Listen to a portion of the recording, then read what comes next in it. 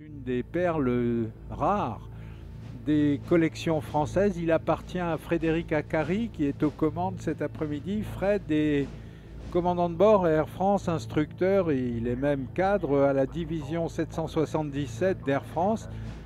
Et après avoir été un des pilotes de l'équipe de France de voltige aérienne et avoir était un compétiteur de niveau mondial, eh bien Fred a viré sa cutie vers les avions de collection et il s'est retrouvé fasciné par ce monstre, car c'est un monstre. Le Sea Fury est donc un avion encore à hélice, mais c'est un avion dont les performances sont proches des jets de l'époque, avec un moteur Bristol, un monstre de moteur en étoile dans le nez, un moteur sans soupape et à chemise facillante, comme on dit flottante, facillante, vacillante. Un moteur de bien plus de 2000 chevaux qui remorquait cet avion à près de 750 km/h dans le ciel. Voici donc Fred Acari et son Sea Fury. C'était avec le Seafire et ce Sea Fury, ce sont la paire de somptueuses machines volantes britanniques, de véritables Bentley du ciel, mais des vrais Bentley, des Bentley de l'époque où les Bentley gagnaient le Mans, les Bentley des Bentley Boys. Fred et ce Sea Fury ont acquis une aura en Grande-Bretagne en particulier, où on considère que le talent de Fred, ancien compétiteur de voltige associé aux performances assez phénoménales du Sea Fury, et la combinaison des deux classes, celle du pilote et celle de l'avion, sont telles que Fred est désormais une vedette du circuit des air shows en Grande-Bretagne, où on sait ce que meeting aérien veut dire. The great competitor of Supermarines, Hawkers, at the end of the war produced this phenomenal aircraft, the Fury, and here we see the navalized version of it, the Sea Fury. It's powered by a single Bristol engine, a sleeve valve Centaurus, totally different sound to the sound of the Rolls-Royce engine, the Griffon in the Spitfire. This particular aircraft is based in France. It's one of two Sea Furies based in France. It belongs to Frédéric Acari. It's based in Avignon. Frédéric is displaying the aircraft for us this afternoon, and he, in normal life, is an airline pilot flying 777s, but he can't keep away from exciting aircraft, and after a sporting career in aerobatics, he's moved on to flying iconic machines such as this magnificently restored Sea Fury. The display by Frédéric is very much appreciated in the United Kingdom, and he'll be over in the United Kingdom in July displaying this aircraft during Flying Legends at Duxford. Bon, bah, comme il faut bien en sacrifier un, on va sacrifier Fred. C'est pas grave, c'est un copain, il comprendra. Décidément, vous avez décidé de perdre beaucoup de vos enfants cet après-midi.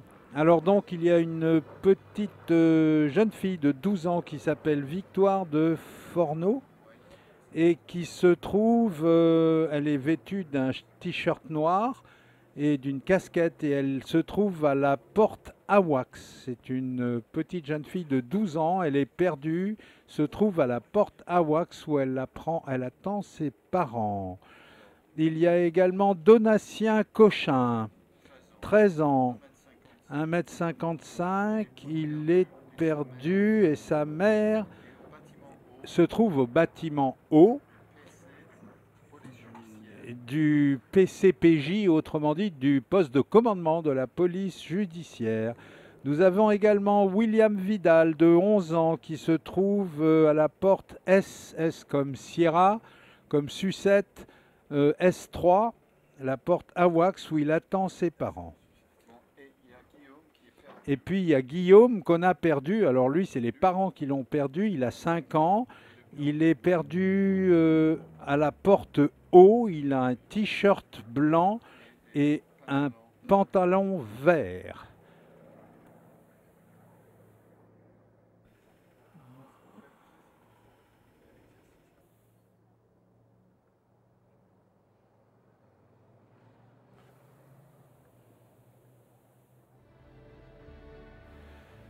Et pendant ce temps-là, donc, Frédéric Accary, impeccablement, continue d'enfiler des figures de voltige absolument classiques et superbes dans le ciel magnifique de cet après-midi à bord de son somptueux Sea Fury. Le Sea Fury, celui-là, est aux couleurs de la marine australienne, car il a été engagé pendant la guerre de Corée par justement la marine australienne. Il y a d'ailleurs un bouquin extraordinaire qui avait été écrit à l'époque par James Missionaire qui s'appelait Les ponts de Tokori et qui racontait les aventures de cette guerre particulière, un peu perdue dans le sillage de la Deuxième Guerre mondiale, le sillage fracassant de la Deuxième Guerre mondiale. Et donc ce Sea Fury est le dernier des chasseurs à hélice à avoir été véritablement en service avant l'arrivée des jets. C'est un avion qui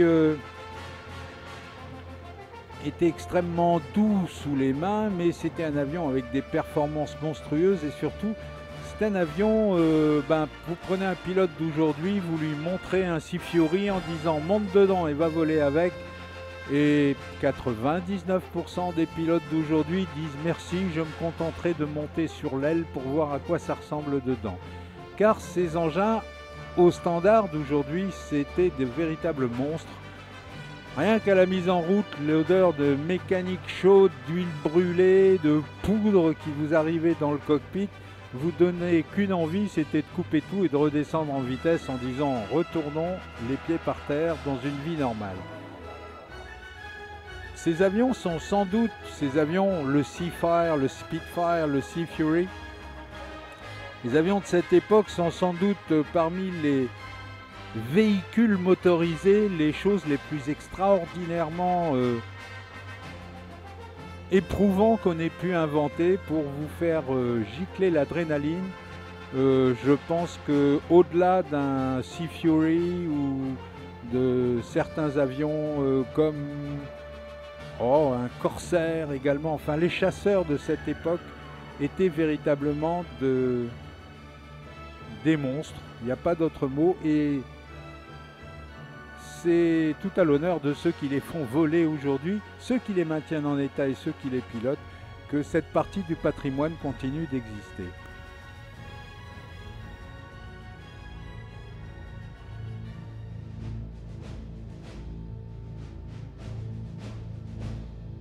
Alors au Grand Prix d'Europe, on a perdu 3 garçons qui, semble-t-il, sont arrivés avant les autres. On les cherche derrière les stands. Le numéro 1 est Monsieur Vettel, Sébastien, de son prénom, je crois. Le numéro 2 est Monsieur Weber, c'est un Australien, paraît-il, un jeune homme australien qui est perdu derrière les stands du Grand Prix d'Europe.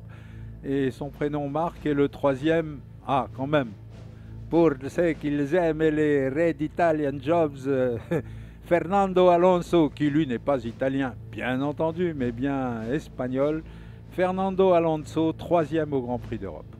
Et Bernard, on a aussi un Fernando Alonso qui fait partie de l'équipage d'essai de la 400. Oui, car bizarrement, chez Airbus, figurez-vous qu'il y a un autre Fernando Alonso qui est tout à fait espagnol aussi. Moi, je ne sais pas comment il conduit. En tout cas, je ne sais pas si Ferrari lui confierait une voiture. En tout cas, Airbus, il lui confie des A400 en particulier, et puis bien d'autres, des 380 et autres. Je me demande si les deux Fernando, Alonso, celui des voitures rouges, et Alonso, celui des Airbus, je me demande s'ils se connaissent, ils doivent se connaître, c'est pas possible, ils sont trop célèbres les deux. Ce qui serait amusant serait de les interchanger un jour pour voir.